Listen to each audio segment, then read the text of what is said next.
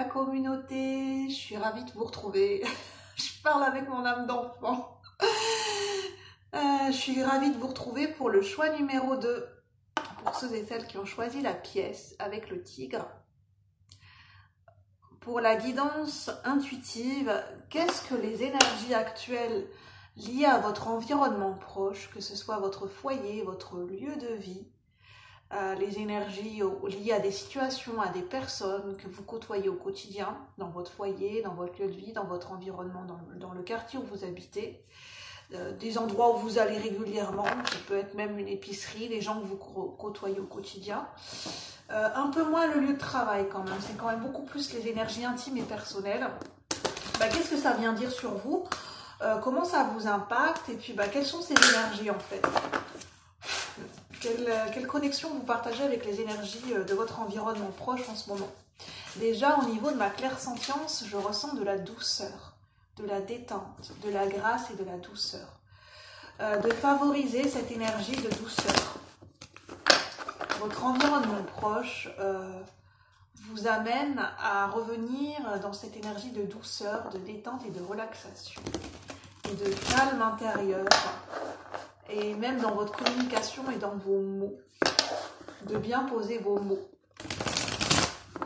M-O-T-S, pour avoir un impact, pour poser vos mots, M-A-U-X, du corps.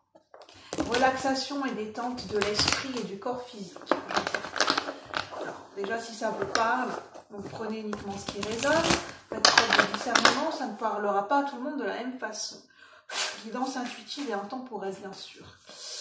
Alors, pour le choix numéro 2 avec la pièce, avec le tigre, quelles sont les énergies actuelles dans votre environnement? Quelles sont les énergies qui circulent dans votre environnement proche? Alors, j'ai déjà une carte, j'ai le cavalier de bâton. Oh, je crois que c'est une autruche. Elle m'a pas l'air... elle a l'air d'être sur la défensive. Aïe, aïe, aïe, attention toi qui t'avances vers moi. Qu'est-ce que tu viens me dire? Quelle énergie tu m'apportes? Est-ce que tu m'apportes des bonnes nouvelles? Est-ce que tu m'apportes du positif? Ou est-ce que tu viens me chercher bagarre? Je sens de la défensive dans l'environnement proche, dans les énergies qui circulent dans votre environnement proche. Et c'est pour ça qu'on vous dit... calme, détente, relaxation du corps et de l'esprit. Calmate, calmate. Avec ce cavalier de bâton qui est tout feu, tout flamme, qui est fougueux et qui démarre au quart de tour. Qui a même lâché son bouclier et qui cherche même pas à se protéger. Qui pense pas à sa sécurité et qui dit je lâche le bouclier et j'y vais franco.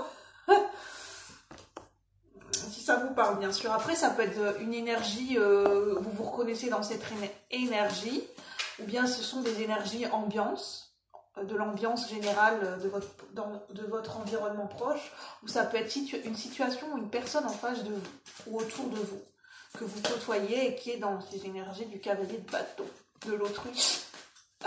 J'entends, il y a peut-être quelqu'un qui fait la politique de l'autruche, qui veut avoir raison à tout prix, sans penser aux conséquences, sans penser à préserver l'environnement, à préserver les énergies, à préserver, être dans cette énergie de préservation. Alors, pour le choix numéro 2, j'ai pas demandé, mais bon, c'est pas grave. Ça veut parler, ça veut parler. 5 de bâton. Conflit, compétition. Vous vivez peut-être dans un environnement, dans une ambiance de conflit actuellement, ou de compétition, de compétitivité. Au travail, j'entends. Il y a peut-être des gens qui vous cherchent des noises au travail, qui sont dans la compétitivité et qui veulent à tout prix gagner. Qui veulent gagner la première place, ou qui veulent montrer qu'ils sont supérieurs, et qui veulent montrer leurs compétences à tout prix. Voilà. Voilà, qui veulent se montrer. Qui veulent montrer. En fait, ces énergies, c'est simplement des gens qui ont envie de se montrer, qui ont envie de montrer leurs compétences. C'est pas forcément de la colère ou bien de rentrer dans le tas ou d'être. C'est pas forcément méchant. Alors, ça peut être maladroit, ça peut être too much, mais je ressens que c'est pas forcément méchant, c'est un besoin de reconnaissance, un besoin de se montrer, un besoin de faire valoir ses compétences, qui fait que c'est tellement, qu'il peut y avoir un excès, ça peut être fait de manière, dans l'attitude, dans l'excès. Voilà l'ambiance générale, donc ça peut être dans votre foyer, mais je ressens beaucoup dans le milieu du travail. Donc on va voir ce que ça nous dit. Et il y a peut-être quelqu'un qui se sent pointer du doigt, qui se sent attaqué, que ce soit concret ou bien un sentiment de se sentir attaqué dans les énergies, ou bien ça peut être concret, hein, quelqu'un vraiment qui se sent harcelé. Alors voilà, je ne vais pas rentrer dans les détails, mais voilà.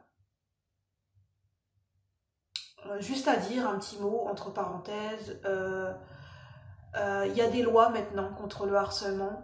C'est pas évident, mais si des personnes vivent du harcèlement quotidiennement, harcèlement moral, harcèlement physique, de manière quotidienne, de manière chronique, et que ça monte crescendo, que ce soit vous, des personnes, il y a moyen de trouver des solutions, il y a moyen d'amener de la communication, et il y a des lois pour vous protéger, et voilà. Parce que là, je sens qu'il y a peut-être des personnes qui vivent du harcèlement. J'entends harcèlement scolaire, oulala, harcèlement scolaire et harcèlement au travail. Donc je ne suis pas médecin, je ne suis pas psychologue, je ne suis là qu'en tant que qualité de messagère pour vous délivrer les messages. Prenez uniquement ce qui résonne, ça ne pourra pas parler à tout le monde. Mais n'hésitez pas à vous faire accompagner. Des personnes extérieures, si vous n'arrivez pas à parler à des personnes proches, des figures extérieures, des figures d'autorité, des gens en qui vous avez confiance. Vous tomberez toujours sur une oreille attentive, quelqu'un qui pourra vous conseiller au moment où vous vous sentirez prêt. Ça peut être même vous confier à une grande sœur ou un grand frère qui saura être à votre écoute. Ou à des amis très très proches en qui vous avez confiance.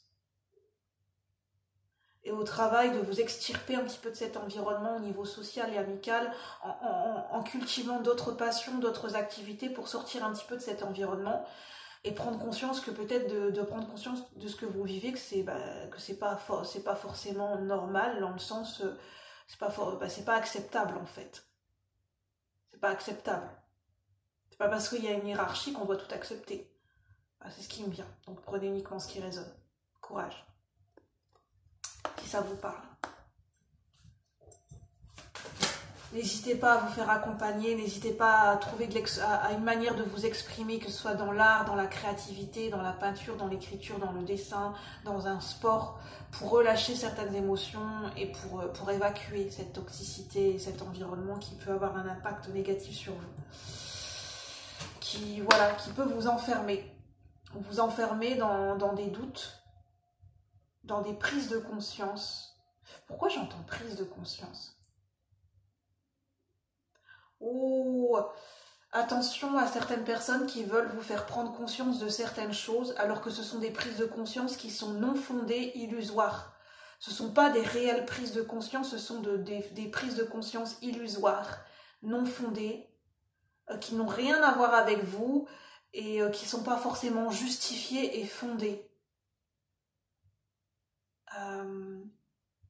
Faites attention de ne pas vous illusionner, de ne pas vous enfermer dans certaines croyances, dans ce qu'on peut vous dire, dans ce que vous pouvez entendre, de ne pas prendre pour acquis et pour argent comptant tout ce qu'on peut vous dire.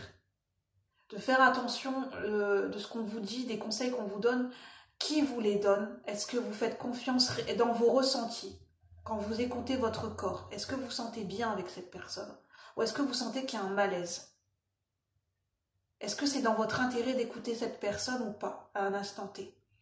Sans juger forcément la personne peut ne pas s'en rendre compte, mais est-ce que cette personne vous donne des